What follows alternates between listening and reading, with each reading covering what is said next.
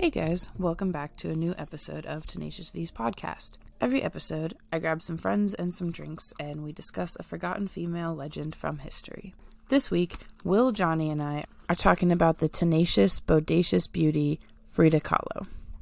This one has a good amount of tangents because we can't stop talking about communism and World War II, apparently. But we all also learn a lot about Frida and what expressing yourself really means. You also get to hear us live critique some of Frida's lesser-known paintings. She was just incredible and such an inspirationally unique woman that it's hard to really cover all the aspects of who she was and what she did and everything. We focused a lot on her paintings and we talk a lot about that, but there's certainly some stuff that got left out. I really hope you guys are all as enthralled by Frida's intensity as we were and enjoy this episode.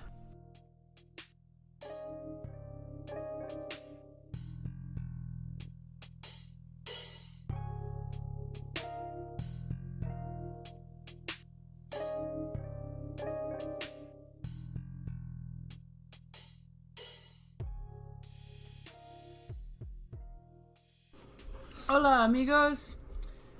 We're back with another episode of Tenacious V's podcast, and today we're going to be discussing Frida Kahlo. Oh yeah, I do know Frida Kahlo. Interesting. Not a whole lot about her, but she's an artist of Hispanic descent. Her art was mostly painting, wasn't it? It was like a painting medium. She did a lot of portraits, right? Mm-hmm. And there's like her famous self-portrait. She did a lot of self-portraits. Oh, That's interesting. Okay. I'm very aware of at least one of them. Made the unibrow look good. Isn't that is it? The unibrow. And yeah, I feel like even in that though, she was pretty feminine, like dressed as far as that was. Mm-hmm. Very colorful. She always paints herself in like traditional Mexican dresses. Okay, like I don't very know. colorful ones. Okay, sure. So she was born when? So she was born as Magdalena Carmen Frida Kahlo y Calderón on July 6, 1907 in Coyoacan, Mexico, which is a village like right on the outskirts of Mexico City.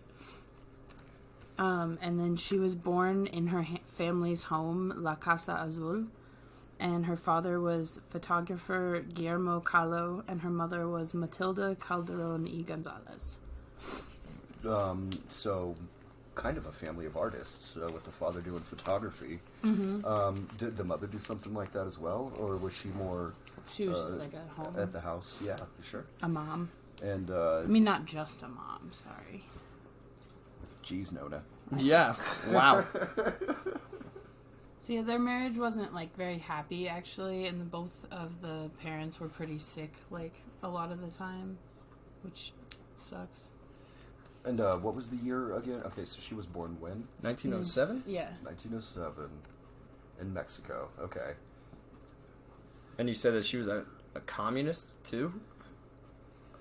Mexican I communist. think that happened later in life. Yeah. You don't think she was born a communist? I don't think so. So her father was actually originally from Germany, and he was Lutheran, though Frida often would say he was Jewish. And then Matilda was of indigenous and Spanish descent. And then Frida had 3 full sisters, Matilda, Adriana, and Cristina. And then 2 half-sisters from her dad's first marriage, Maria Luisa and Margarita. And then the half-sisters were raised in a convent. So they weren't around. Okay. Every single one? Just the half-sisters. The half-sisters, but they were at the nunnery. With the nuns. Oh. Yes. Yeah. Yeah.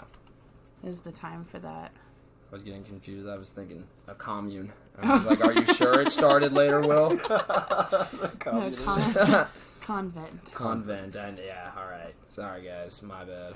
So Frida and her dad were really close, like I said, but her and her mom were pretty like strained. And she said her mom was kind, active, and intelligent, but also calculating, cruel, and fanatically religious. Interesting. Those are some adjectives. That's an oppressive religious household to grow up in, where I guess Calculated God was and always, I guess, God or Jesus, Lutheran, I guess that'd be God, Yeah, that's still would bad. be always like almost forcefully, like, you know, instilled in everything discussed. Mm-hmm. You know, fucking, you fuck up. God's got something to play into the part of why that is kind of, okay, yeah.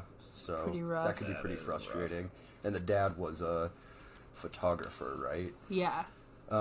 Do we happen to know if it was, like, maybe for news and things like that, or if it was like just artistic photography? Okay. And he did, like, commissions and things like that. He ended up, like, kind of subsisting off of family portraits and stuff like that later on when there was, like, war and depression going on. Mm-hmm. So. Yeah, I'm not too familiar with Mexico's history, but I figure that they probably have some sort of, like, social climate that's pretty static. When I think about, like, just the development of the country, maybe, after, like, in the early 1900s, I don't know, but... Really pretty static. I don't know either, so it seems like it's been pretty turbulent. Like, yeah, they've had a few overthrows and revolutions. Yeah. Gone from, like, presidents to... Did you mean static, or is it... Dynamic is the movement. Okay. So... I think that's what I'm trying to say. So, when Frida was 6 years old, she ended up getting polio, and her right leg ended up being shorter and thinner than the left. But, like, she did end up pulling through from it. I think I knew about that. Yeah. That's rough. That does sound familiar. It does. Totally it does. So she would walk with a tiny little limp, didn't she? Mm-hmm. I think I knew about that. It caused her, like, lifelong health problems, too. Because of the limping, or... Like, the limping deformed her skeleton a little bit, and she had, like, spinal issues, and then like, the illness itself took a toll. Or was it rather that she couldn't grow because of the polio? She didn't develop correctly? A little bit of column A, a little bit of column B. Cool. I got you. But this made her and her father closer, because her father had epilepsy from an accident, which is actually, like, it cut his studies short, and he ended up having to come home go to Mexico from Germany.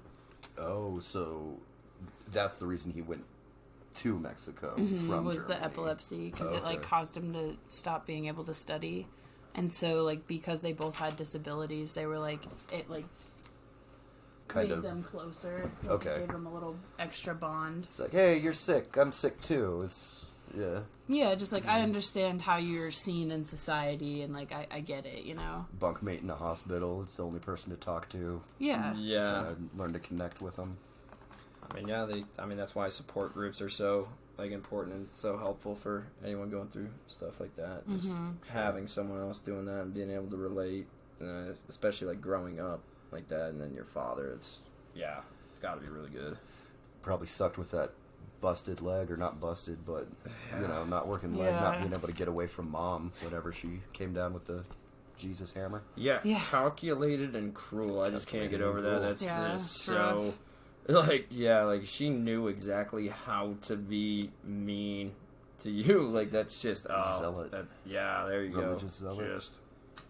Yeah, she, it was cool, though, because her dad really encouraged her, like, playing sports and exercising and stuff to recover from her polio. Hell yeah. But that was actually, like, really discouraged for women at the time, so he was really, like, breaking the standard to help her recover. That's think awesome. Medically, that's also probably what any doctor would, right. Say, like, like, currently, like, modern day, like...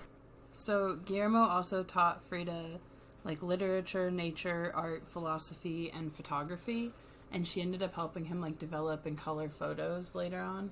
Oh, that's cool. Very cool. Yeah. Budding. And this was, like, as a child, like, before she went to school, while she was still recovering from polio. So we're thinking she's probably in her preteens, probably, like, 10, 11? No, like, 5, 6. Oh, shit. Wow, okay. So still just a kid? Like a child, Learning a good skill very early on. Yeah. So she ended up starting school a little late due to the polio, and she attended from kindergarten to 4th grade, and then she was homeschooled for 5th and 6th grade, and, like, all of her other sisters got sent to a convent to, like, become nuns or whatever, and her father wanted her to go to German school, so she went. Wow. But then she got expelled for misbehaving? Misbehaving? Disobedience. misbehaving, disobedience, same thing. On top of it today. That's really interesting because that says a lot about their family dynamic. That, I mean, I don't know if it has to do with late schooling or what, and especially with the mother in the household. But so originally it was just the step or half sisters, but then her other 3 sisters as well later went off to the convent. They like went to regular elementary school basically, and then in like 6th, 7th grade they went to convent. Well, what I think is interesting about that is I feel like at the time you would have to pick a child that you could afford to send to college, right? Like you couldn't just ship a kid overseas. Yeah. Or 5 or 6, I mean, and so Frida was the one who got that attention and who got that nudge out the door to kind of explore her gifts. And, it's kind of interesting to think if it was one of the other sisters, would one of them have gone the same kind of route, I mean... So it's actually interesting because at this point she was trying to be a medical doctor. She was not trying to pursue art at all. So maybe that's why she received that. Yeah. So was she, like, academically inclined? Was she... Yeah, she was pretty smart. She was doing well. I was going to say when she was younger and... Oh, I'm sorry. Oh, no, you're good. Go ahead. Well, I was going to say when she was younger and would go... was able to finally go to school at a later time than she was supposed to. I wonder if her teaching homeschooling from her dad affected positively or negatively her, schoolwork in the public school system. I'm sure. Like if it benefited her, I'm sure it did because he definitely taught her a lot of things before she entered school and like continued to like teach her as she went through school and everything. So I mean, even now, like you can look at it and children that have like a close relationship with their parents and are able to do that, like have a home life like that where you have like that kind of connection with a parent or something, you generally perform better in school. So if she was the one that connected with her father more and like that's what they were doing, she probably did exceed because he was probably interested in her succeeding once she went in there too. Like actually took more of an interest in this child that he bonded with more. And that's a good point. She had all that, she had the support to thrive. Yeah, well said. Yeah. So after she gets expelled though, she gets sent to a vocational teacher's school, but that did not last very long because she got sexually abused by one of the female teachers there. By one of the female teachers there? Yeah. Really? Well, it's supposed to be as common with women as men. It's just more spoken about. Absolutely. Yeah, it's more spoken about when men do it. Our society looks at it differently too.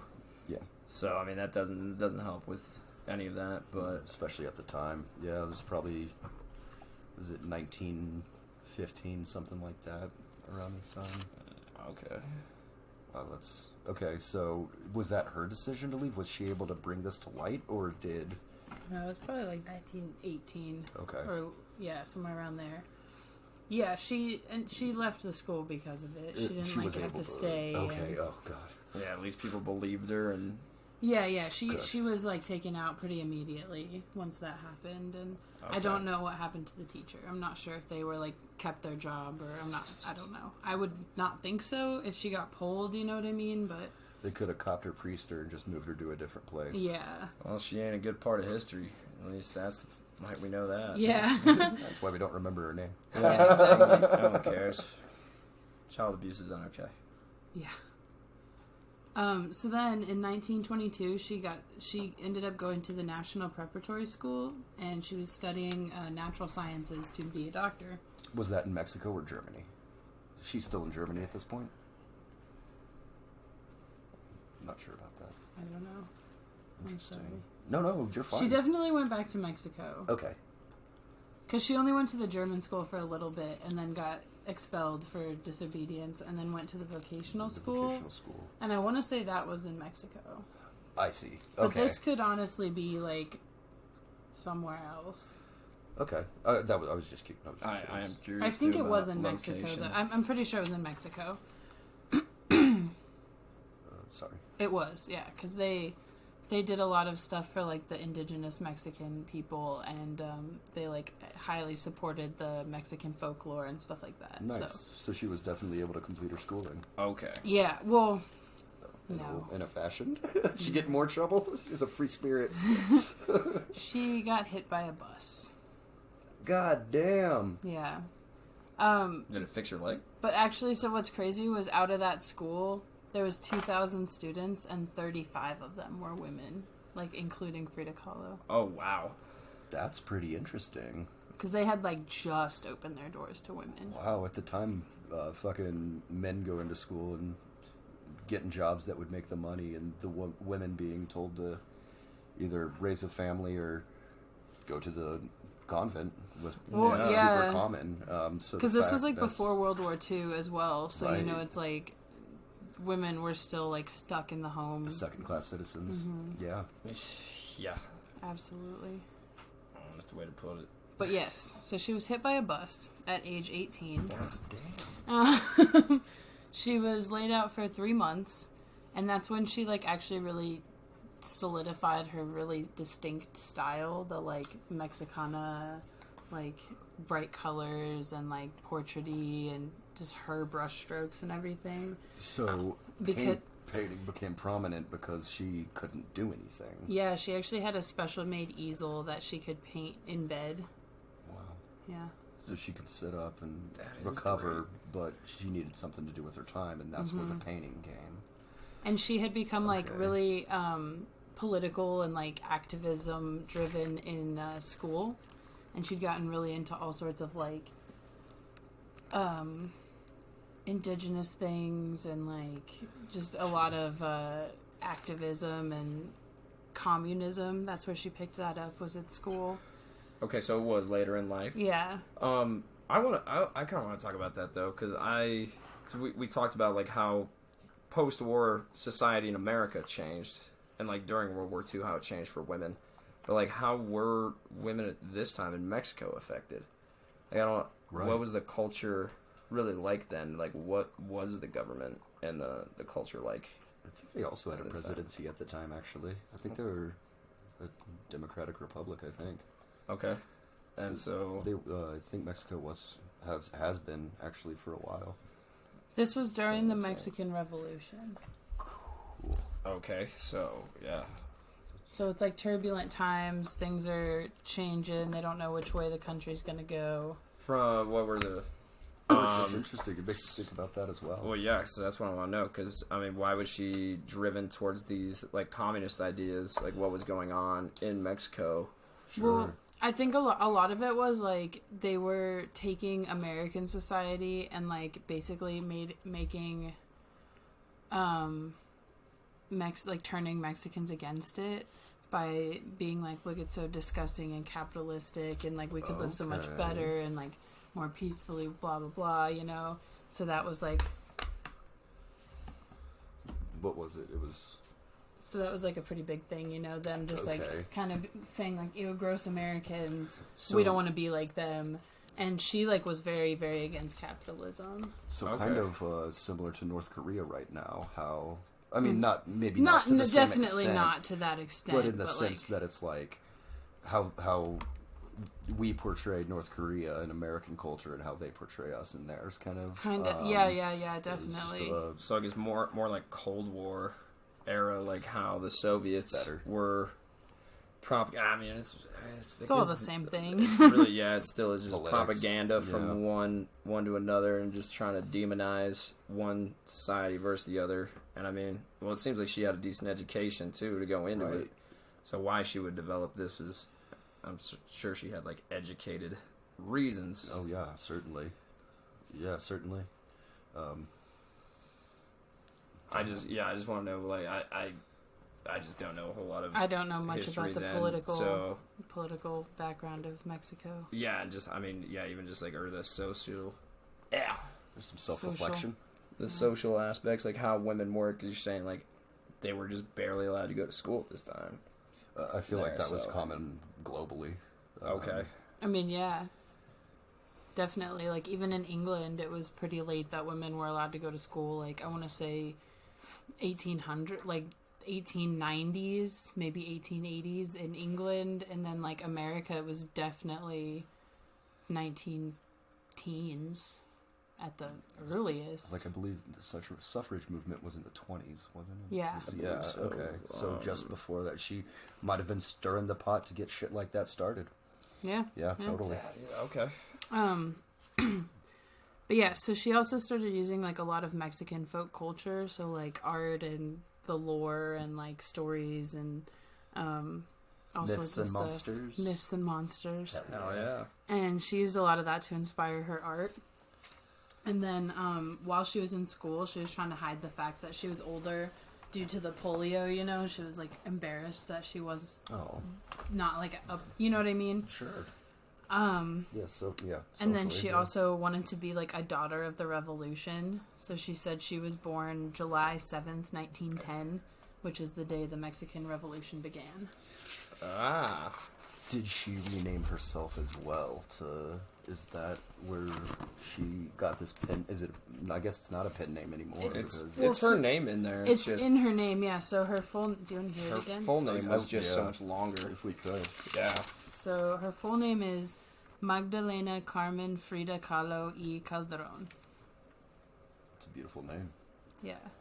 So she just stuck with Frida Kahlo. Magdalena. And so originally it was spelled Frida. And then later, like once the Nazis were getting their shit going in Germany, like she embraced her dad's heritage and but like in a good way against Nazis. She would always say her father was Jewish, and so, yeah. So she was like anti-Nazi for sure. But so she supported it by putting her name as Frida, which is a German spelling, and it's Friedak or Friedar or something like that is peace in German. Okay. So, or like freedom. I had it written down, but I lost that page of notes. I'm sorry.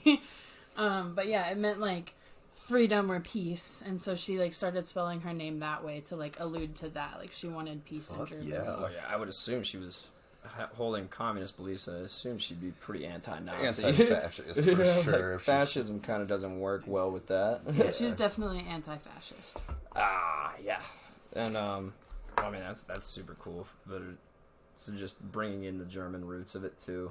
I don't know, like, definitely. Kind of a big fuck you. She definitely, like, always embraced all sides of herself and, like, expressed that.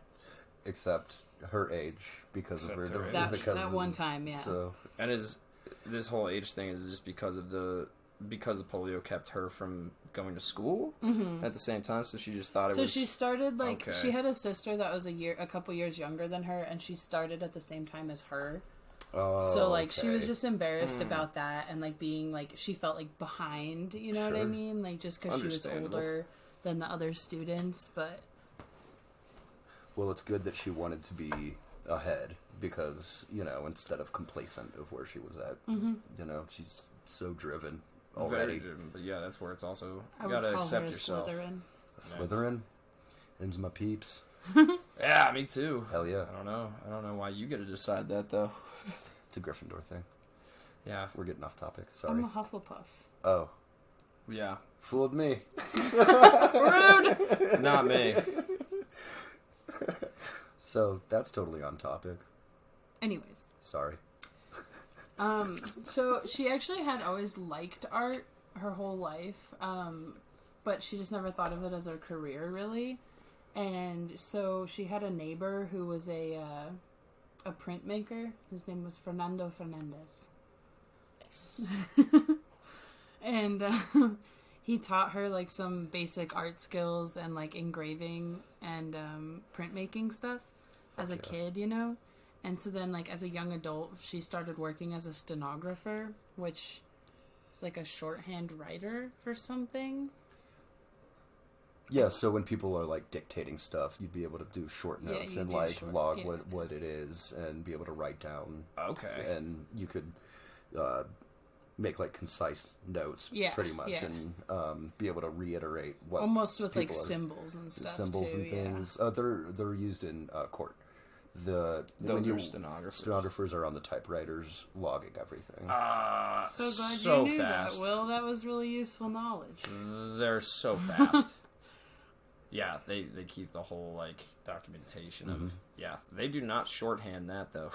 Well, I think what it is that they'll all have their own little... Bits to...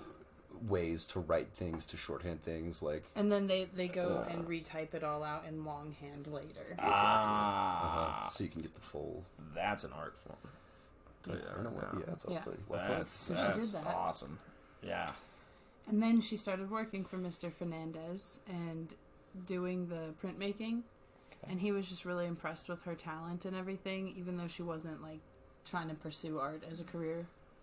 But she just enjoyed it. Yeah, she liked it. She was good at it, you know. Did she keep up with it even after she, was after being bedridden, after being hit by the car? She didn't really keep up painting?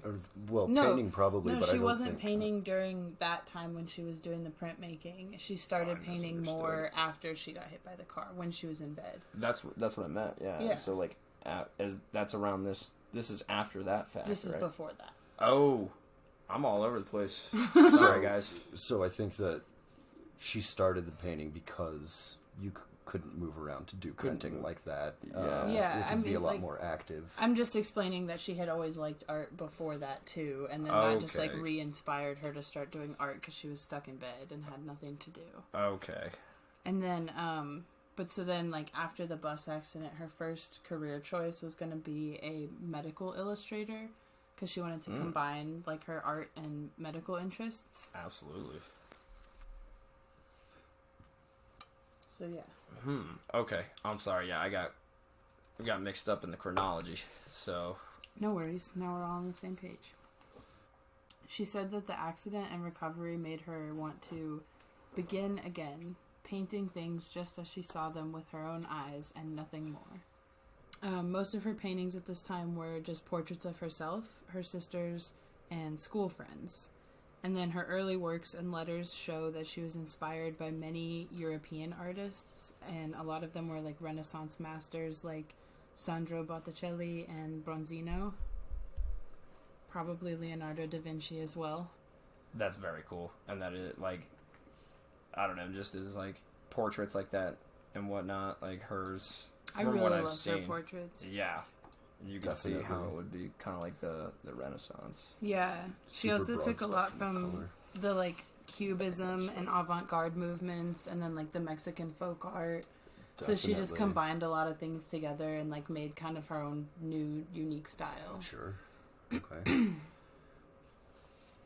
So she got married sometime around, like, 1928.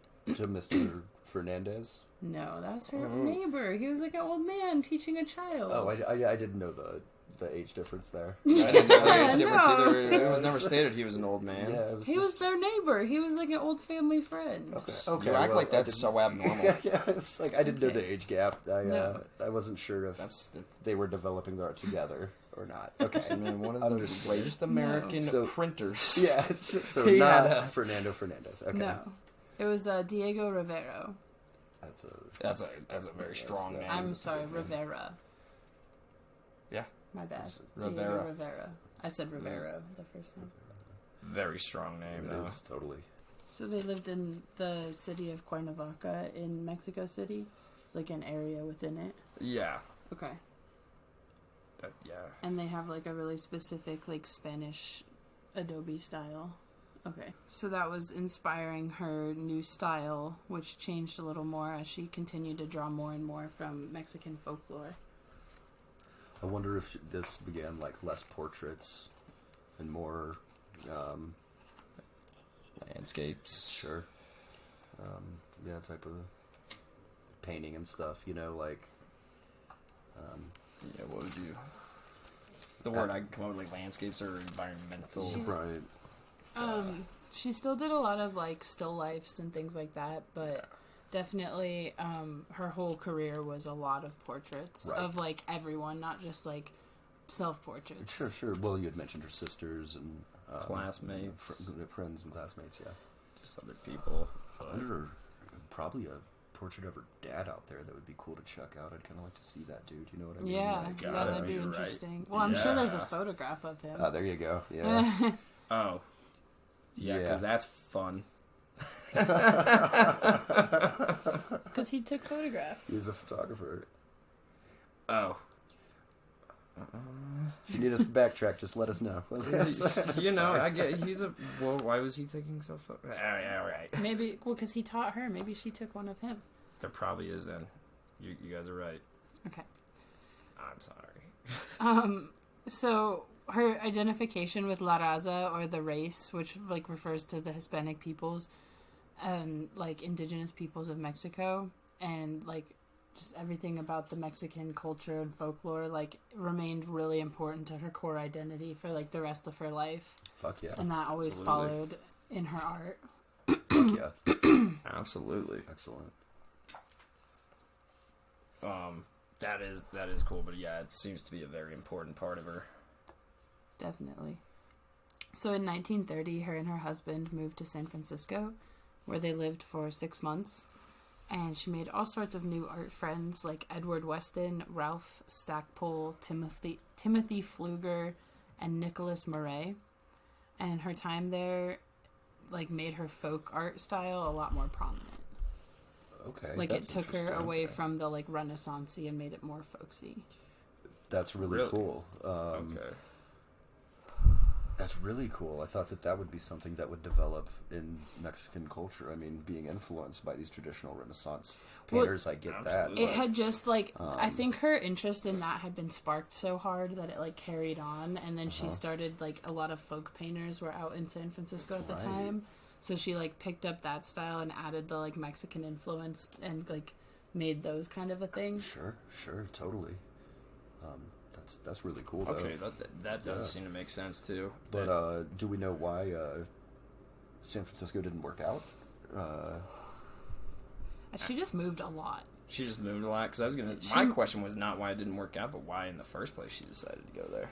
That's a better question. She lived in a lot of places. Well-traveled. Same answer, Yeah. Yes. Yeah. Well said. Yeah. So in San Francisco in those 6 months, she did like quite a few really famous pieces, and one of them was Frida and Diego Rivera, which was a double portrait of her wedding photo. And then she also did the portrait of Luther Burbank, which shows the famous eponymous horticulturist as a plant-human hybrid, and that one I think is my favorite. I'd like to see that. That's cool. Yeah, we'll check that out We'll check later. it out. Too. Yeah. Like I said at the beginning of this too, I'm not extremely knowledgeable about her portfolio. We actually have a portrait of her on the fridge. It's a little tiny magnet if you can find it. I know that we. I'll post a picture. She haunts many a artist household. Yes. I like that. So at this time, though, she was still just calling herself Diego's wife rather than, like, an artist. Like, she didn't really consider herself a full-blown artist. Madness. I don't like that. I know, right? Well, at the time, you got to see that. Of course, I feel like art now is definitely more accepting, but it's always kind of been a. But Diego's wife. But I mean, she also, like, she didn't have, like, no identity. another employment or anything, you know what I mean? And that's kind of how people were seen at the time, like, women were seen at the time. In San Francisco? Not as people. But, like, citizens. she's Mexican. Like, you got to think of her roots and everything. And in San Francisco, like, this was before suffragettes, or, like, right around when they started up. And San Francisco does make sense because there was a very, big Latino populace But for the longest time in and California. she also hasn't, she hasn't done any art shows at this point. Yeah.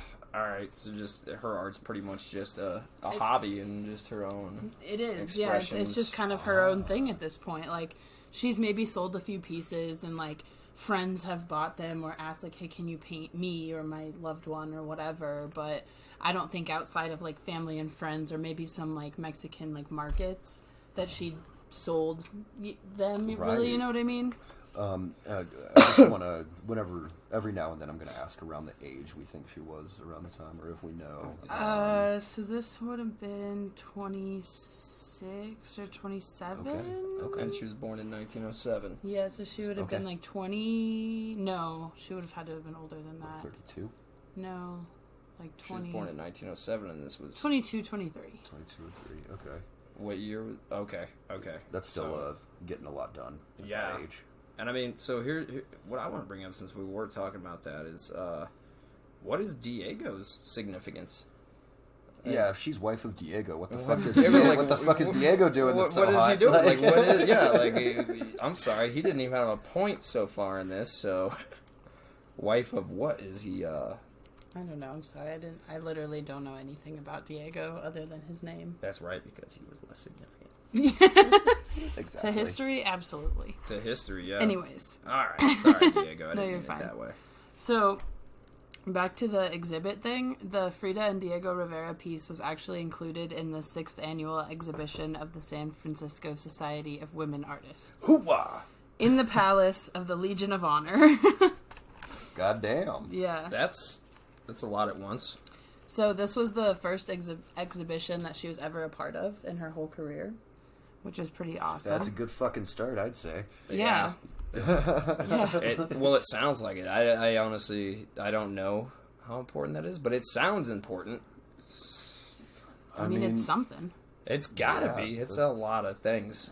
Sounds pretty important. The to me. Legion of Honor. The Palace of the Legion of Honor. The Palace of that just sounds. That sounds like where important. Superman lives. But have you heard about it before this?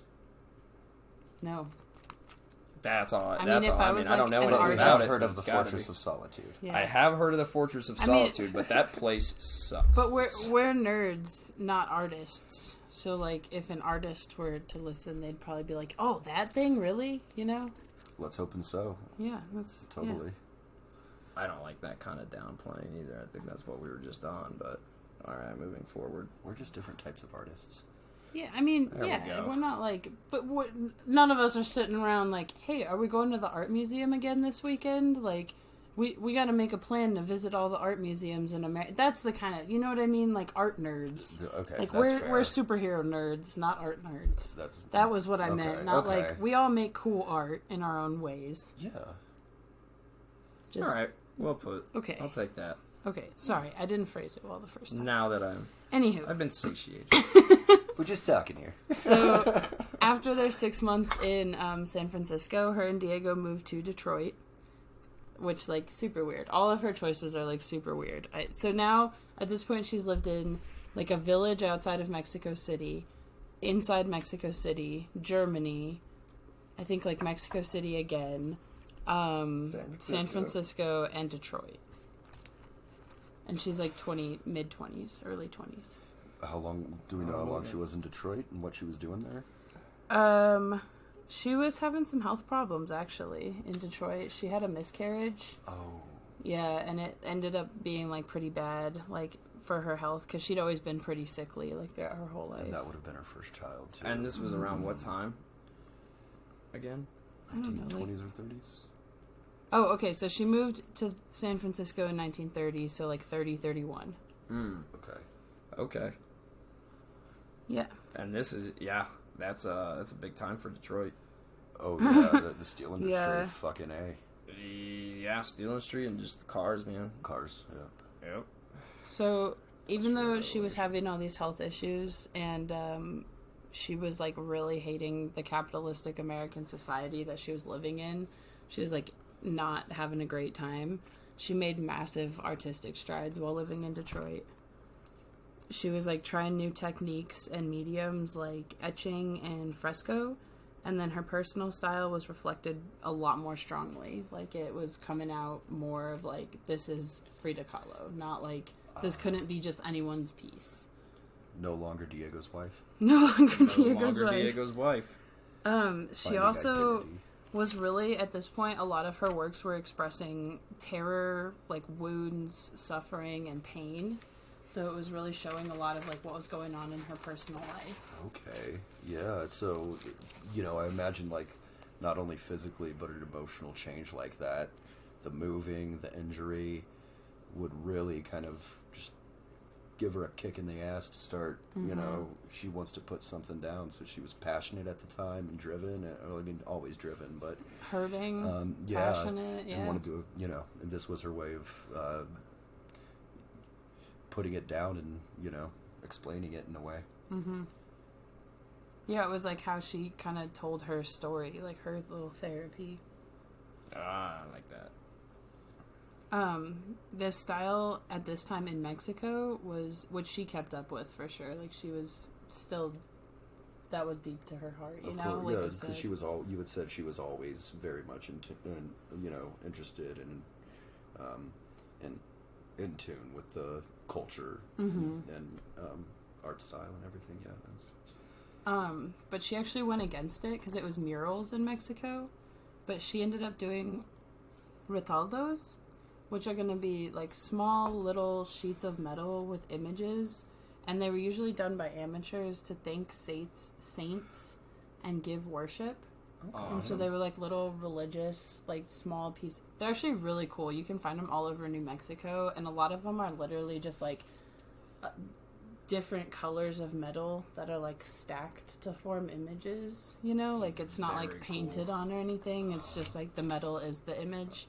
Very much up or my like alley. cut out pieces of metal and stuff. Like they're very cool. Very much my kind of artwork there, but as opposed to the murals, which was common, which would be like engulfing whoever's viewing it into the, like, kind of put you inside of it. This would be more of the individual focusing and concentrating on the piece instead of being enveloped by it. Definitely, and it's a lot more like, there's less like perspective on it. It's more like simplistic and basic and folksy than like the mural, which is a lot more delicate and like intricate.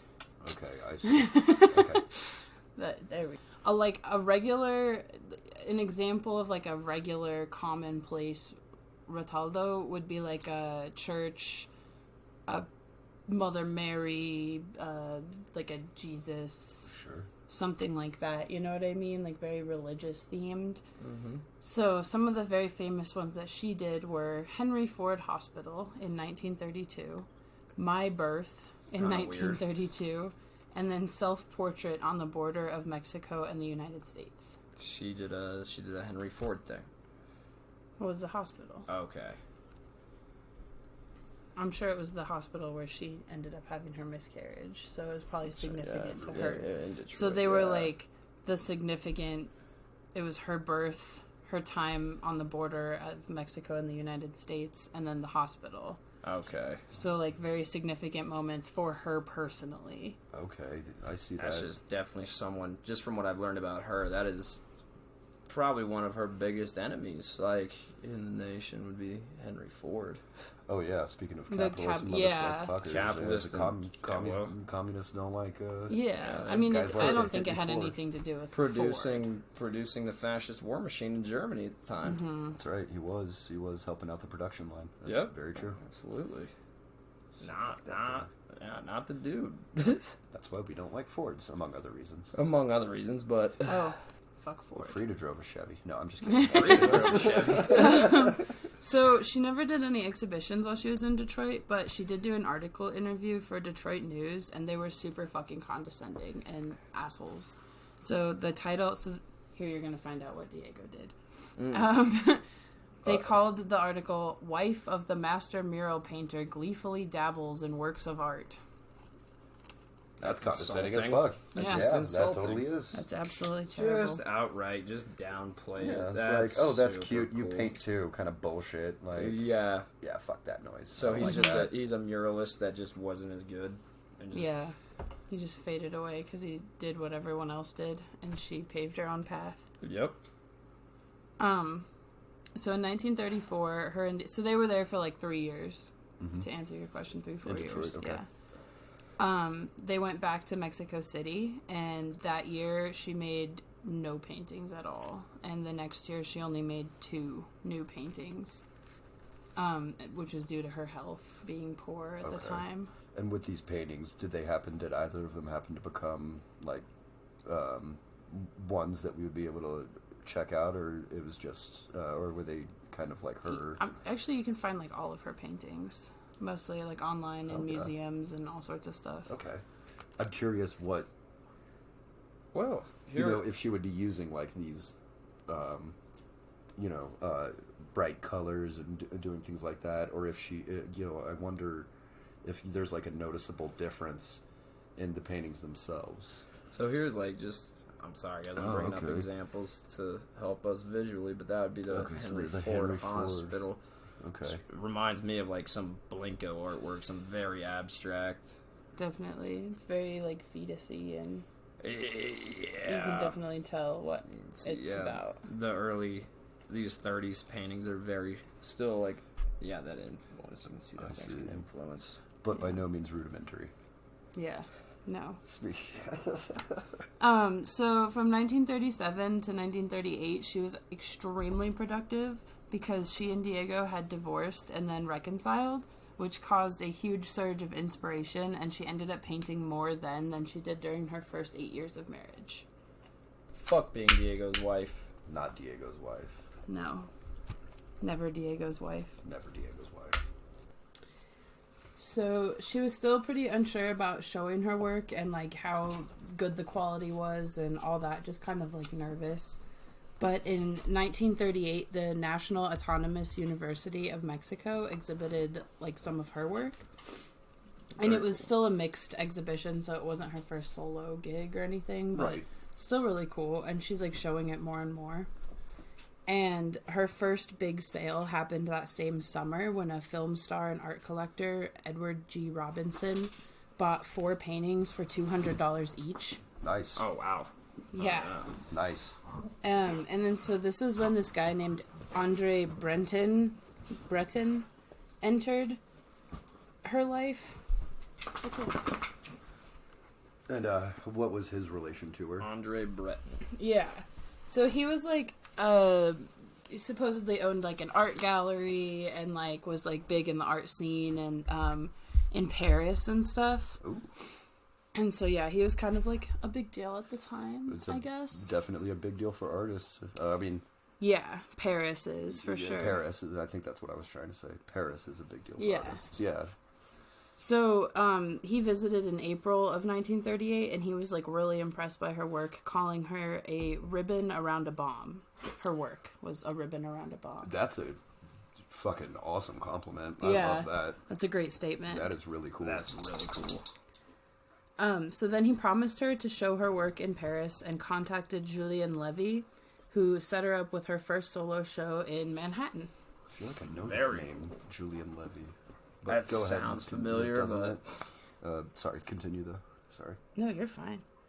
So upon her arrival to New York, her, like, bright Mexican dress, because she had, like, one of the traditional, like, really colorful, flowy, like, not the salsa dancer dress, but, like... No, like the high cut with the wrap across, almost like a bandolier, and, like, down to the ankles, like... Yeah, and, like, flowy. And, flowy. Yeah, totally. They would have the, like, from shoulder to waist, they'd have the wrap and the... Or they'd have, like, more simple versions, too, that were kind of more like a t-shirt version. That sounds more comfortable, for sure. Yeah. But, yeah, they were always, like, really, like, beautifully embroidered with lots of bright colors and reds and yellows. Like embroidered flowers and things like that as well. Okay. Mm-hmm. Her showing up and wearing that dress, like, made a huge commotion with the crowd. Like, everyone was like, oh my god. It. Hell she's yeah. the height of exotica and... Like, all these just, like, fucking New York fashion people. Yeah. Fashionistas. I know, it's so ridiculous. Okay, so they loved her garb and everything, yeah. And then, so the exhibition was attended by Georgia O'Keeffe and Claire Booth Luce. And then Frida got a ton of praise, even though the media was pretty condescending about it. The Time wrote... Little Frida's pictures had the daintiness of miniatures and vivid reds and yellows of Mexican tradition, and the playfully bloody fancy of an unsentimental child. I don't like how the media's writing about her. No, I don't either, man. It's very... But, like, the thing is, no one in real life... Like, everyone loved her. Like, all the big artists at the time were big fans and, like, hung out with her and, like, went to her show. Like, Georgia O'Keeffe was there. Right, yeah, You know? fucking A. Yeah. I was about to say, when you mentioned those names, I was like, I know one of them. Yeah, I know one of them, but yeah. I I'm also with know you, though. one I'm of not them. a savant, or what, an art connoisseur. Yeah, I mean, we know some stuff, but Yeah. by no means are, So- avid art. She also sold half of the 25 paintings that were at the show. So everybody Oh, wow. wanted a piece of Frida. Yeah. Yeah. And this is like in the 30s in America. So like this is the Depression. You know what I mean? People like are this is actually a using rough their money to- time. Well, Yeah. what part of the 30s here? Because, like, what part? 38. 38. This is the rise of the war. The war's beginning. Rise of the war. So I think a lot of things were changing in our Uh-huh. country too, and yeah, that was boosting production and all that. So things were starting to get economically. They were starting to get better. Yeah. Starting to get better, so people were more willing to spend their money again, like they did in the 20s when it was like way available. Mm-hmm. And I think that's also interesting because this is like that dividing point between when all that money, when the United States of America actually got involved with the war, a lot of that money that people had gotten back into being able to use after the Depression was more used to go towards the war towards the end. So it's like just between that point where people were starting to get their money back, and Before it was spent on the war. before like Okay. the United States was actually involved. So like people That were makes like, sense, actually. this is a great way to spend my money. Well, yeah, So- because this wasn't our entrance yet. And but- she was like Yeah. hanging out with the social elite, and so probably in New York running into not just famous artists but actors and Yeah. a very prominent, higher echelon social elite kind of socialite situation. And you kind of wonder like how she integrated herself into that. Was she outspoken and charismatic and like an extrovert, or was what her fucking paintings definitely say to me, or was she kind of reserved and held back and kind of like in these big situations, where you got all these people already famous Yeah. and you're meeting them and everything, and you're a budding artist, like just something I wonder about is like how she would handle herself. Like I'd fucking probably freak out.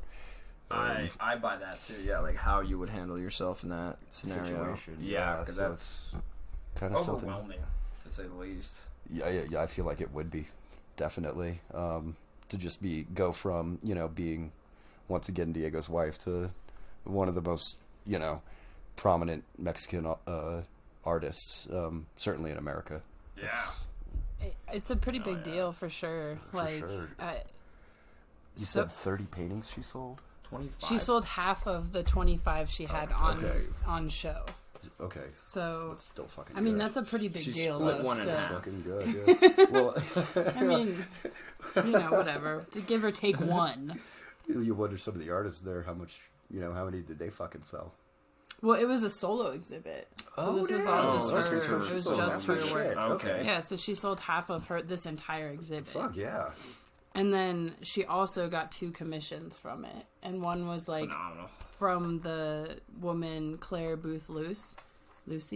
It's Luce. Luce? I don't know. I would say Luce. Luce? Luce, Yeah, that's maybe. what I'm feeling. That I'm feeling the Luce. Okay. I don't know.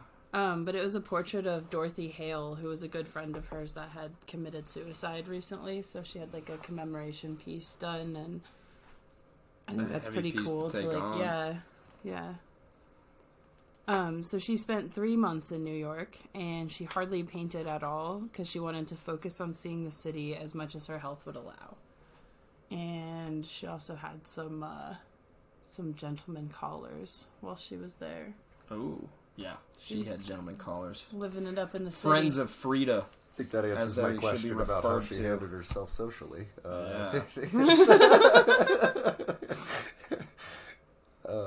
I would say, like, with wearing the dress, like, that bold, and because it's so different from, like, any time period of, especially New York fashion. Right. Like, since, like, New York City has been New York City, as we see it now. Like, you can't find a fashion that's anything similar to that, like, traditional Mexican dress style that she wore. And so it's like, I think that in itself answers that question of, like, did she come in, like, quietly and meekly, or did she come in and, like, announce her presence and keep to it? She did come in and announce her presence.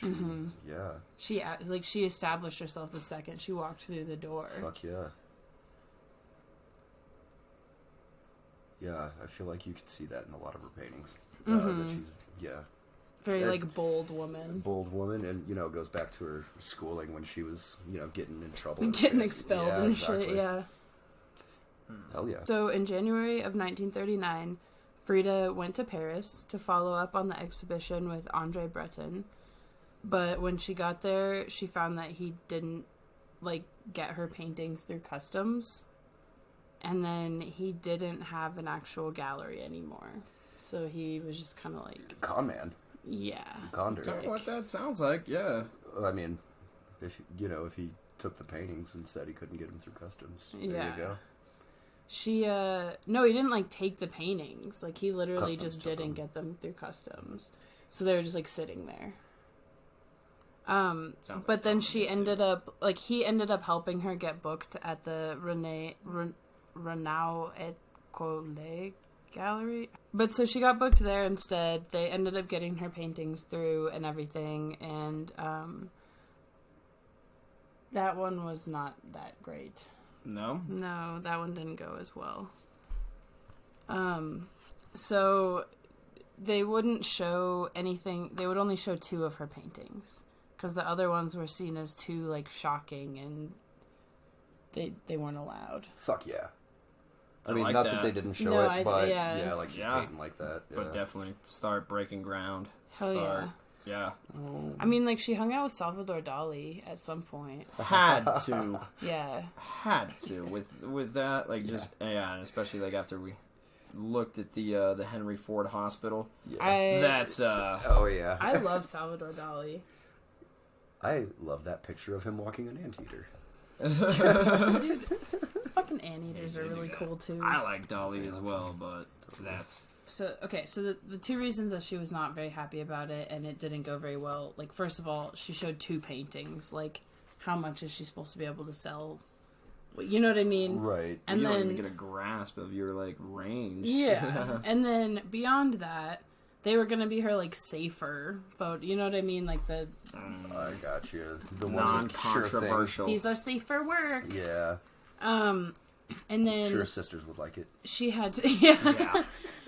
But then she also had to share the show with this photographer, and his photo, it was Manuel Alvarez, and his photos were, like, sugar skulls and toys and other items from, like, Mexican markets, and she just considered it all, like, junk and kind of, like, fake and, like, just stylistic, basically. Sure. And so she was pretty just, like, upset about the whole ordeal, but... Just to be compared to that, or... Well, just, yeah, like, well, because that's what she had to be put next to, and then, like, the paintings they chose in particular were gonna, like, kind of match that style, and so it just kind of seemed like a bit. Yeah. Kind of like, almost where she would use Pandering. Mexican culture to influence her art, he was using it to profit from it.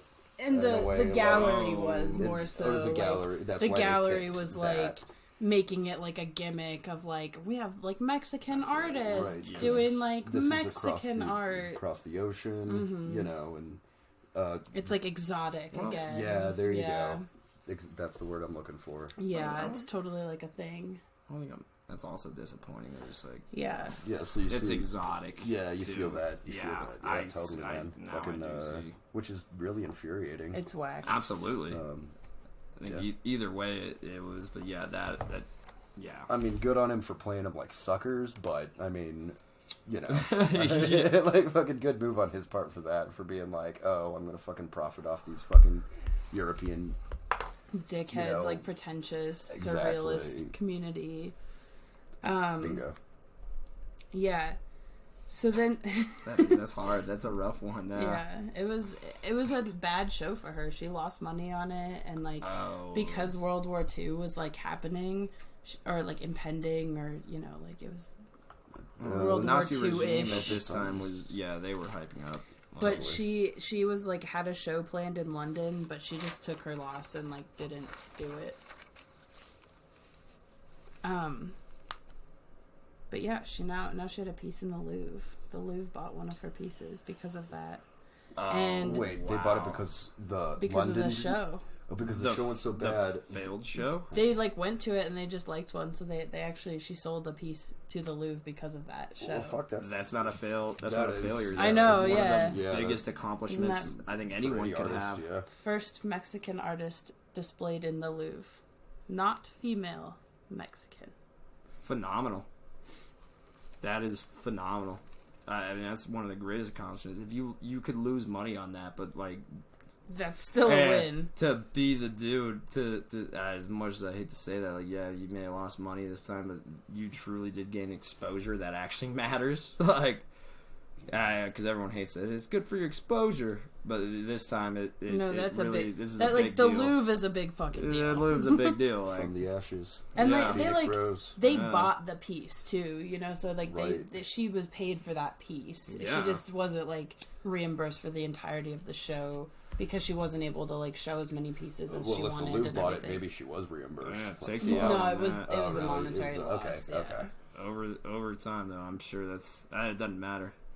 Your name will go throughout history, and She also made some friends while she was there, including Pablo Picasso, Joan Miro, and fashion designer Elsa Schiaparelli.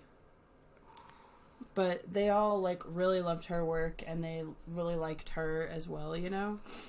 And it was all pretty cool. And Elsa made a dress inspired by Frida, and Vogue Paris featured both Frida and the dress in like an article. That's the way to do that. Pretty the way to do that, as opposed to putting the dress on, anybody else than who inspired you. Yeah. Those connections are far more important too than that's fucking homie. And especially coming. This whole way too, man, coming from like, well, she's coming from a communist mentality too. I feel like the impact of all this in her own mind has to outweigh the monetary loss. Like, fuck that. Yeah. Oh yeah, 100%. Yeah, it was for her. Like, yeah, to fucking. She hated the surrealist community, though. Like, she didn't really like these people all that much. I buy that. She wrote a letter to one of the guys that she was friends with in Mexico. Oh. No, one of the ones in Mexico City. I can't remember. Anyways. She wrote, "This bunch of cuckoo lunatics and very stupid surrealists who are so crazy. Intellectual, air quotes, and rotten that I can't even understand them anymore." Or can't even stand them anymore. So she was like ready to leave. She didn't like she thought they were pretentious and like just up their own asses, and nobody's being 100% with her, dude. Yeah. She's like actually, no one really has. So. Since her dad, like fucking aside from her dad, her old man, and maybe her sisters, it seems like a lot of fucking people have been taking her and fucking trying to. I mean, we've been shitting on Diego, but he was pretty cool. He was okay. He supported her through illness, and like, all right, that's good. He was there for her. I guess that is. Were fair, friends after their good. divorce. Like, they weren't just like fuck you. I think just they were the more shitting on the where, media's portrayal of her because of this. Absolutely, like yeah. No, would be but better. like a better example would be like the media, what the museum did to her. What these fucking fake ass surrealists and her. Fake ass surrealists were fucking the way they were interacting with her, and like, I just don't like that. I don't like that. Like, that was happening. I do like that it's not really something that stopped her in any way. Yeah, fucking, it just kind of made her mad and made her want to paint, or Well, yeah, and like he like let her paint and stuff. It's not like he was like actively, because like she said she painted more after the divorce, but like she was like not. He didn't like discourage her, you know what I mean? It wasn't like stifling an active, her work. like, it was the media just putting him above her. Yeah, it was just like poor portrayal. It was fake news. All right. It was fake news. Okay. All right. Well, but we're not talking about Diego. Back to Frida. So her paintings were actually still like really popular in the U.S., and she was featured in the at the Institute of Contemporary Art in Boston. Dope. And then she also had 2 high-profile exhibitions in New York and some other like major surrealism circuits throughout the U.S. and Mexico. Okay. And she was also becoming like a lot more well-known in Mexico and like well-liked. And she became a founding member of the Seminario de Cultura Mexicana, which was 25 artists that were commissioned by the Ministry of Public Education in 1942. And they were like supposed to go around and spread knowledge of Mexican culture. Like Fuck yeah. folk culture, modern, pop, like everything. And so it's like right up her alley. Do we know how they did? They still exist. I Googled them, and there's still a location in Mexico City, like to this day. That's fucking great. Yeah. Cool. And she was one of the first, in a way, founding. Yeah, no, she was one of the participants. founding members, absolutely. Okay. She's, like, credited as a founder of it. Fuck yeah. Yeah. That's, okay, excellent. Well done. Yeah, definitely, like, super cool. She also ended up doing a lot of exhibitions and conferences, as well as she got written about in a lot of articles in Mexico at the time. So this is, like, early 40s. So she's starting to almost becoming I don't want to say treasure, but like a fucking, you know, in Mexico, she's starting to be appreciated in the sense that she's like becoming like iconic in a way around this time. Yeah. Oh, okay. Yeah, she's All right. definitely like getting like how, famous. I mean, we know how big she is now. She's known worldwide, and I she was had wondering if this is maybe the kind of, not just as an artist, but like, I mean, even people who aren't artists, people who have like dick to do with fucking art, will see a picture of Frida Kahlo, and I think more often than not they'd be able to know who she is. I'd like to think, or at least like like recognize the painting or what, you know what I mean? Yeah, sure. Yeah, so absolutely. I'm kind of like with this organization. I wonder if this was, since their, you know, whole bit was going out and getting Mexican culture, you know, more recognized, if that was kind of a starting point for her globally to become who she became. She had like a minor resurgence in the 1970s as far as like popularity wise and everything. Like she never completely fell out of favor. But then in the 70s there was like a decent resurgence of like people interested in Frida Kahlo and her like feminism and activism and all that stuff. Sure. And then in the 90s is when she actually became like really popular, and that's when she became like the person she is today. You know what I mean? The like, 90s, dude. The 90s Damn. is when she became like the symbol of like Mexican badassery. I'd buy that. I totally Really? buy that. Well, yeah, that because blows my mind. Just going to school, just because she was in any art class I was ever in. Sure. Growing Yeah, same up, here. Same I'd here. always see it, and that was like a big thing. Well, I would too. It's just like... Well, in the 90s, we were like trying to be really progressive and like put women forward and like show women of different cultures and stuff. Exactly. So like that was a big part of it, was just like, hey, this woman was really cool and did her own thing and was like a single lady and painted and made these cool like famous paintings, you know? Yeah, like, definitely. yeah. Iconic. She was like into activism for her country. She was like just that about it took rights so long. and everything. Like, I mean, 60s and 70s. Well, like I said, she never completely was like forgotten or anything. Right, it was just right. like she kind of like got less popular, and then like the 90s are when she really got like iconicized. I don't know. This happens with a lot of like great artists in all different like facets, though. Sure, throughout history, like, appreciated after their time for sure. But it's just exactly. like, I mean, I'm just saying, totally seems like a hippie at Woodstock would have her painted on a fucking bus. You know what I'm fucking saying? Like, But they probably that's did. what they're saying. The resurgence in the 70s, yeah, probably. So Like, people probably did, but is that that's not what brings things into pop culture? You know, like because that's what it was. It was like the underculture, the hippie culture Right. that they were getting into her, and like she was used as like even like a picket fence, like a picket sign thing, and okay. You know what I mean? So it was more like the counterculture that was interested in her in the 70s, whereas like back in the 90s she became like we all saw her in school, so. In 1943, she became a teacher at Escuela Nacional de Pintura Escultura Grabado La Esmeralda. She was like a super laid-back teacher, though, and she just didn't want her teachers or her students to treat her in a hierarchical way. So it was kind of just like they called her Frida. They all just kind of like talked and chatted and like threw ideas off each other. She's like an art teacher. Absolutely. That's every art teacher I've had, for sure. Yeah. Lots of beads, tea, first names. Yeah, no Mr. Mrs. is never a thing I did either. Yeah. So she taught all of her students about Mexican culture, both like pop culture and folk culture. And she also taught about getting inspiration from the streets.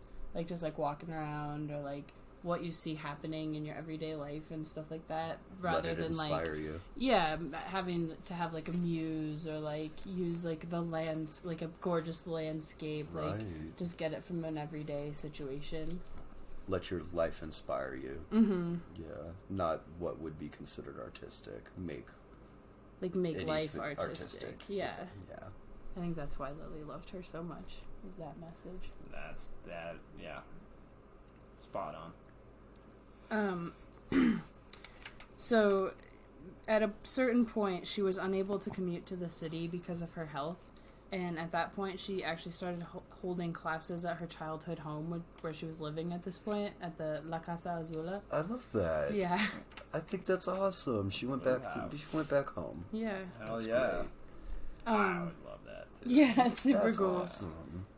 So she got 3 mural commissions for her and her students to do, and 4 of her students were so devoted to her they were called Los Fridos.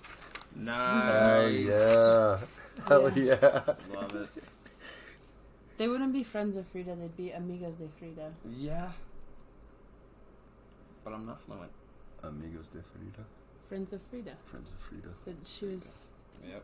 She would have spoken more Spanish. I mean, she spoke both. She was bilingual, but... that's something I was going to touch on also, with her visits to Europe and everything. German, French, was that ever... Do we know? Or... I actually don't know. She probably speaks definitely some German. Sure. So one of the murals was done for a Coyacan laundrette as a national attempt to help poor women making a living as laundresses. And then the second one was just like pretty cool for the government. Everything was smooth, it was cool, whatever. Not worth writing about. Then the third one got destroyed right after completion because the owner of the hotel who commissioned it didn't like it. Wait, this fucking guy... Wait, he fucking destroyed it? Or he had, like, some people destroy it? Yeah, he had people destroy it. He destroyed it, whatever. He didn't like it. Ruined it. Well, I guess he paid for it. But yeah. What a fucking piece of shit, yeah. Still a dick. Yeah, dick move. So, we've heard a lot about Frida selling paintings. She has one in the Louvre. She's pretty good, right? Like, you think, like, she's got this on lock. Like, she's doing well. Sounds solid. Sadly, no. It took until the mid to late 40s for Frida to actually be supporting herself solely and, like, functionally on just her artwork. But she was able to do that, though.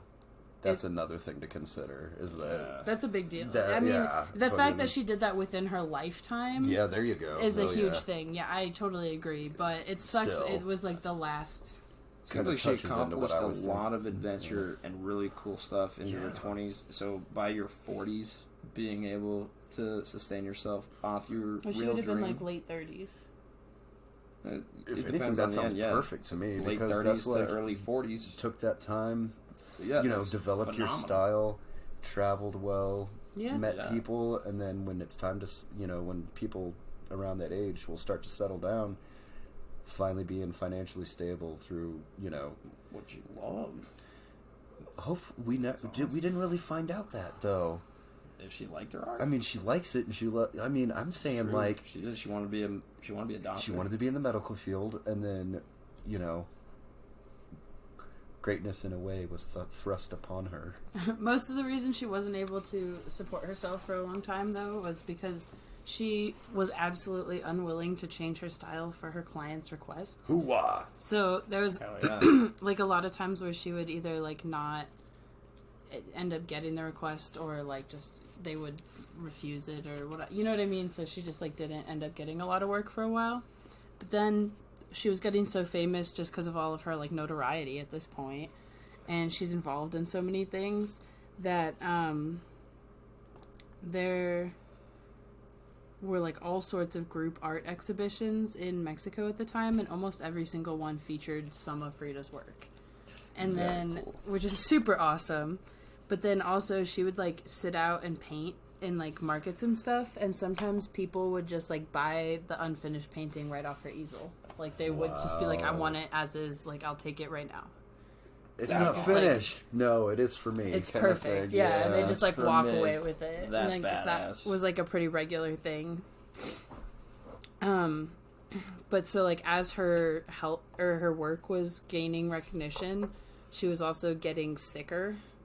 Because like she's always been pretty unhealthy, you know, since like the polio bout and everything. Sure. And at this point, she actually had a surgery on her spine, but it ended up failing. It didn't help, and she just kind of like went through surgery for no reason. Which sucks. Yeah, that's a rough one too. So her paintings from this time are much, much sadder, and we actually saw one of them earlier. It's a broken column, and so it's like a painting. No, you're good. Cool. It's a painting of her, and her like it's the front view of her, but then like at the center of her chest and like abdomen are like split open, and you can see her spine through it. It's like very Dali-esque, but you can see her spine, and it's like all messed up, and I see that. So she's like strapped together. This was also probably similar to some of the art that they didn't want to display because they thought it was too graphic in France. Yeah, and probably like the Henry Ford Hospital one. That one, this one I just saw. What is it called again? Broken Column. Broken Column. Mm-hmm. Is the first time I've seen any of her art that had this. Not edge. Morbid, but this graphic, graphic like edge intensity to it. Too, very much. And I'm used to seeing her paintings with a lot more color. It's it's very solemn. It's very solemn and sad. It is, and like even her face still has like the same expression of She also graphic at this time did a painting called Without Hope, and one called The Wounded Deer. So just very like telling of what she was going through. She knew she was not doing too well. Yeah. The Wounded Deer. So during her final years, she did many still lifes, and she was like very confined to the La Casa Azul for most of it. You know, was she still seeing students at that time, or probably not? I think there was a certain point where she just couldn't, but I think not she even did. Those Fritos? I'm serious. I'm serious. Like, I'd like to think that they honestly probably did come by and help take care of her. Hell yeah. They were like very devoted. Yeah, it was a good thing. I love that so much. Yeah, she was just like not doing so hot. Those paintings, but she was still painting. Wounded Deer, The Pillar. Broken Column. Broken Column. Broken Column, Wounded Deer. Without Hope. And Without Hope. Oh, yeah. I think everybody who enjoys Frida's work, or people who know of Frida at least, should look at those paintings, should take the time to go on the internet and look at those. Those ones are very... It's not the usual take that you think of when you think of her art. Yeah. And while we're kind of on this, because we're looking at some of this art, you know? Yeah. We did, there's this one of my grandparents, my parents, and me. So it is a painting. Mm-hmm. Involving both of her parents there. So, like, we wanted to see her father. Earlier time. I wonder if that's connected to, because I see her there with who I imagine is Diego in this painting, and it looks like she's touching on her original painting of the wedding. Portrait. With the wedding photo of her and Diego. And I wonder if this my parents, is her going back to that other piece from the very beginning of her, because this is it seems like in later years, so I wonder if that's her going back to her old art and that one's revisiting. 1936. Okay, so no, never mind. Yeah, no, is because it? she did the Diego one earlier than that. That one was in 32, so she might have gone back to revisit it. Yep. Wow. That's really cool. Yeah, I like that. It is interesting. So going back to how she felt about her own art, she was actually very upset about not being able to properly portray her political convictions as a communist, and she said she was able to show herself very well and express who she was through her art, but she was not able to represent what needed to be shown as the revolution. Sounds spoken like a true communist. I'll give her that. As I find a painting, it sounds spoken like a true communist. Marxism will give health to the sick. That's crazy. That's very much a communist. Very, she's got her red book. On point. Right there. Got her red book. Karl Marx in there. Wow. Sorry, just good timing there, but... No, yeah. And yeah, it's... That very much so is like true communism in this. Is, yeah. Well, you she got did Karl it in that Marx painting. there in the back, for sure, being... He's holding a capitalist. Well, Frida, we think at least in this painting, you were able to establish that... Establish your political leanings. She did try to work on it after, like, in her last couple of years. Fuck yeah. Like, she put a huge, like, fervor into showing the revolution and communism and showing her points on that. So, this is actually my favorite story. Her first solo show in Mexico, because, like I said, she was in, like, every single mixed artist showing in Mexico at the time. Right. But her first solo, like just her work show, was in 1953 at Galeria Arte Contemporáneo. Was she able to attend it? She was ordered to bed rest. So she had her 4-poster bed brought into the studio. Fuck yeah. Okay. Yeah. So she didn't stay at the Blue House. She Hell fucking no. got out there. She arrived by ambulance, and they brought her on a stretcher to the bed, and then they waited outside and brought her home. Like, took her on the stretcher and brought her home. I'm not gonna lie, when I asked that, I totally thought you would say that she's dead. I thought you said she was so she was there for it. She was there. That is really awesome. Isn't that so cool? Fuck In yeah. her bed. In her country that inspired her so much. true tenacity. Yeah. So then, for the next couple years, she was in and out of hospitals and painting. Like, she was either at home painting or in the hospital sick. And then she ended up dying in 1954 at age 47. Wow. She really didn't get to live off her art that long, so... Yeah, so it was only just like a couple of years that she was really sustaining herself by her art. And by living, it's literally just staying alive. It wasn't her able to enjoy the fruits of her labor. That was her... she wasn't able, like, because she basically traveled off of Diego's money and, like, you know what I mean? It's a lot of ups and downs for her, but it seems like she just, well, at least from what I learned is that she did kind of keep her head up and stayed headstrong through the whole, all of her, like, struggles, all her ups and downs through the media. Yeah. Not really giving her the credit, but that's not what she wanted either way. Well, and I think the big reason that she was able to do that, like, and stay herself was through her painting, because she had that, like she said, she was able to show herself through her painting. And so she always had that expression of self, which never, like, wavered, or, you know what I mean? Like, she never had to really, like, that was her escape from the world, was, like, painting. And so she was always able to show, like, what was happening in her life and the important things going on, regardless of, like, all the bad things happening on the outside. You know, I think that's definitely true. Touching on that, I'd say what I also learned from this podcast would be that I never really saw, or from someone, who doesn't, I mean, I don't involve myself with art a lot, but what I learned was that about Frida specifically is I never understood or knew that she, when I see her paintings, I see her self-portraits, and what I'm getting at is that I always see them as colorful, bright, like, proud, confident woman in these paintings that she's doing, and I never really thought about bad times that were going for her, and she certainly, like Johnny had said, gone through a lot of tumultuous times, and it really shows in her painting. And I think it's really nice to learn that there's like artists out there who,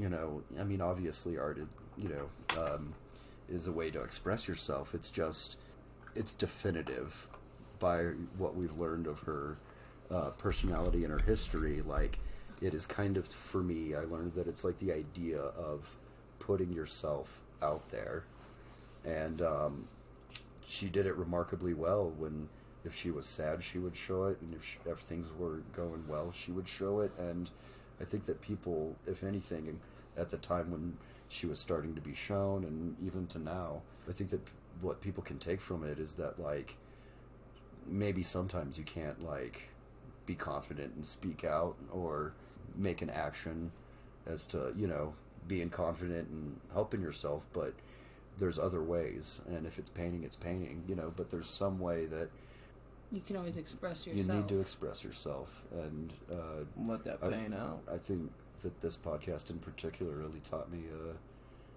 to be more confident in that. I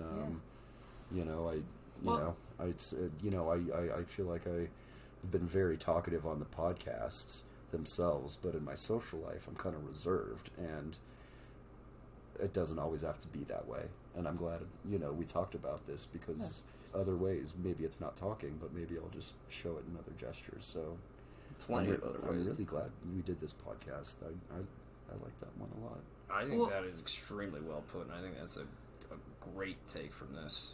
I think another point on that too is that, like, a lot of things are, like, hidden by society, or, like, by historic, like, written out of history, you know what I mean? Like, how we've never seen the darker paintings of hers, and you know what I mean? So that was a shock for us, because we're used to the colorful, bright, happier, maybe not even happy, like, she's often very stoic in her photos, but like the color palette makes it seem like, oh, everything's bright and good and like going okay, whereas like these ones are a lot more grays and browns, and they're not as expressed, and they're definitely probably some of the ones that were excluded from the exhibitions, Very much so. So like when you think about it that way, like even now, like, society is kind of similar in, like, oh, men can't cry and men can't show emotion and things like that, and so it's kind of like hidden, but like certain, like, our friend group specifically is a lot more accepting of stuff like that. So like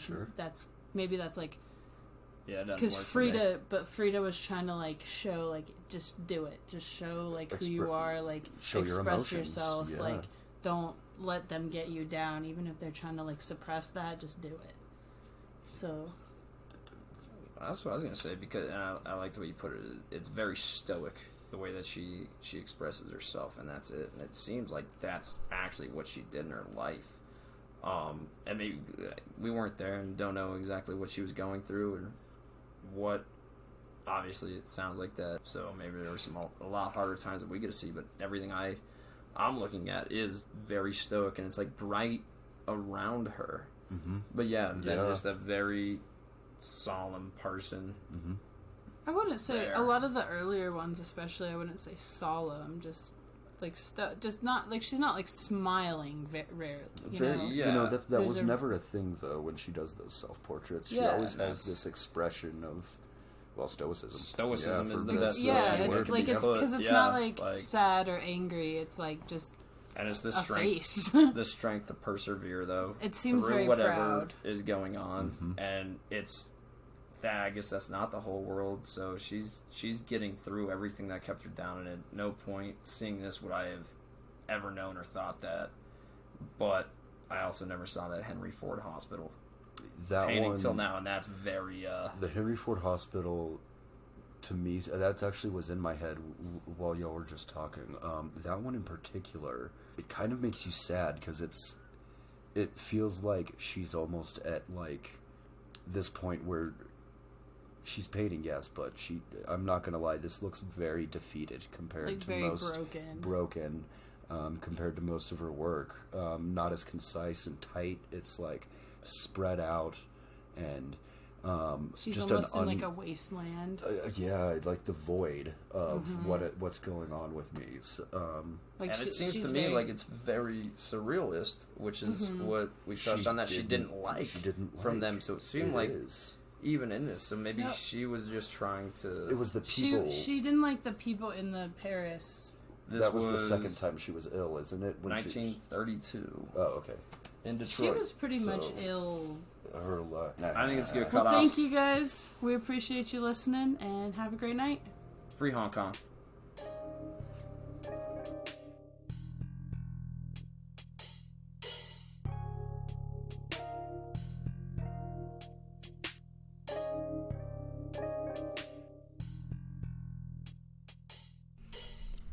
Thanks for joining us. If you guys enjoyed that, you can give us a follow on social media at Tenacious V's Podcast, or listen to us on Podbean, YouTube, or Spotify. We also welcome listener emails if you have suggestions, corrections, or addendums. We are tenaciousvspodcast@gmail.com. This episode was researched and edited by Nona and spoken by Johnny, Will, and Nona. The music was done by Staple Milk. We hope you come back soon.